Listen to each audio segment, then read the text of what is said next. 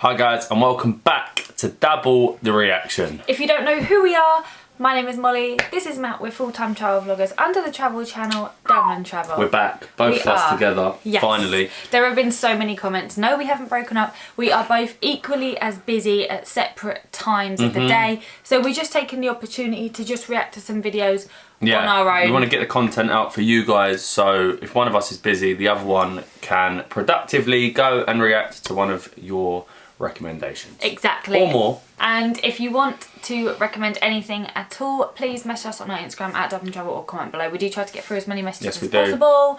Comment below if you want to, because we are going to be replying to a lot of your comments. Of course. Yeah, and head over to our travel channel at Double & Travel. Travel is back upon the horizon. I keep saying this, but it finally is. We actually managed to do some UK-based travel last week for like 2 or 3 days, which was nice, and then videos will be coming out later this week, so if you're not already subscribed to that channel to see them, and full-time travel from, what date is the flight? 9th. The 9th of September. Video won't be on the 9th, so from the 10th there will be full-time travel vlogs, and we'll travel as much as we can, we'll go as far as we can. Without getting stopped, basically. Yeah, without COVID stopping us. Yeah. But make sure you go and check it out because there are some good bits of content on there. Great bits. Great bits, good bits. Yeah. We might as well get started with today's video, and that is, why do India and China have so many people? We got a tangle.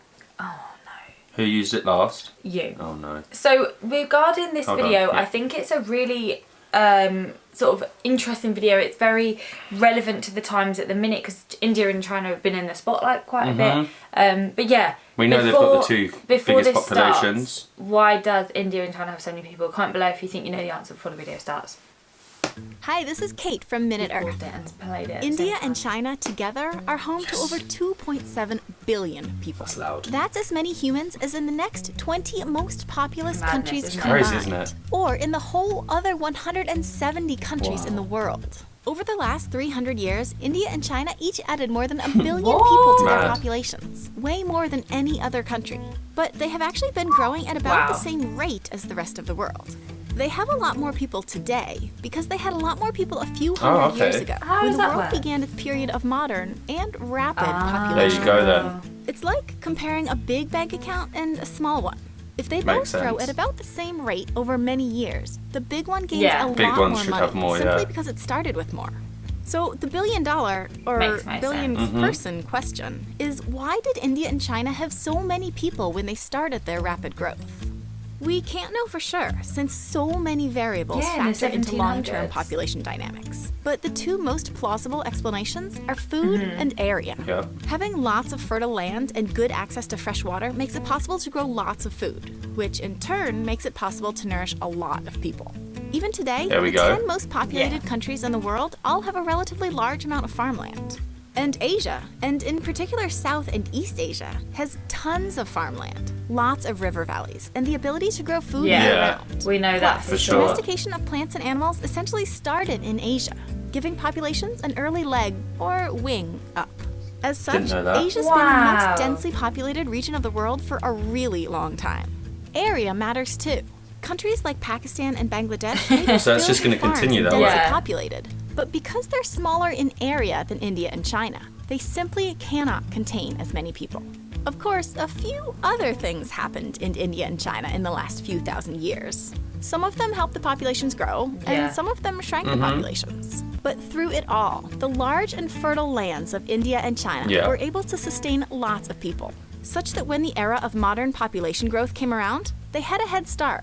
Or rather, 100 million head start. That's crazy, isn't it?